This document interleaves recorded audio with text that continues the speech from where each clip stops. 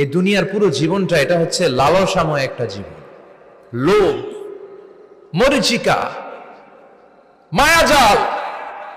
এই মায়াজালে আমরা আটকে আছি, ফলে মৃত্যুর কথা আমরা ভুলে গিয়েছি। পাগলের মতো ছুটছি, আরো টাকা লাগবে, আরো খ্যাতি লাগবে, আরো যশ লাগবে, আরো দাপট লাগবে। আমার এত টাকা দিয়ে কি হবে? এত সম্পদ দিয়ে কি হবে? এত ব্যস্ততা দিয়ে কি হবে তোমার? স্টপ, থামুন, অনেক হয়েছে। আন্না, থামুন, take a rest, take a breath and think about death. Think that you have to go back to your Lord.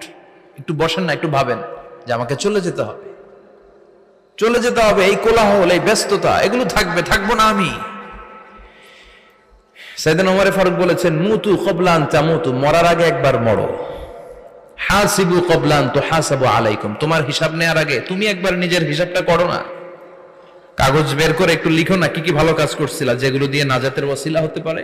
1 2 3, আর কি কি আকাম কুকাম করছো দেখো না, লিখে দেখো তোমার অবস্থাটা কি। মরার আগে একবার মরো। মরার আগে খাটের মধ্যে শুয়ে শটান করে চোখ বন্ধ করে একবার মরার ভান করে দেখেন কেমন লাগে। চোখটা বন্ধ করেন আর ভাবেন আপনি নাই, কি কি হতে পারে ভাবেন। আপনার ছেলে মেয়েরা কান্না জুড়ে দিবে, আপনার প্রাণের স্ত্রী বিলাপ শুরু করে দিবে, বন্ধু বান্ধবের চিৎকার আর মাতম, স্থানীয় এলাকার মসজিদে ঘোষণা, অমুক এলাকার নিবাসী অমুক ভাই অমুকের ছেলে অমুক দুনিয়ায় নাই।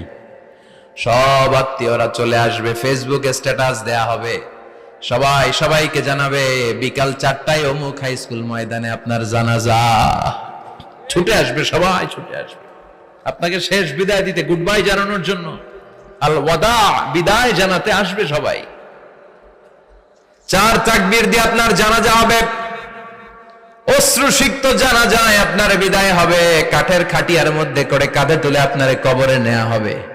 আগে থেকে খুঁড়ে রাখা কবরটার মধ্যে আপনারে বিছিয়ে দেয়া হবে। বাঁশের কচি দিয়ে তার উপরে মাটির চাপা দিয়ে সব চলে যাবে।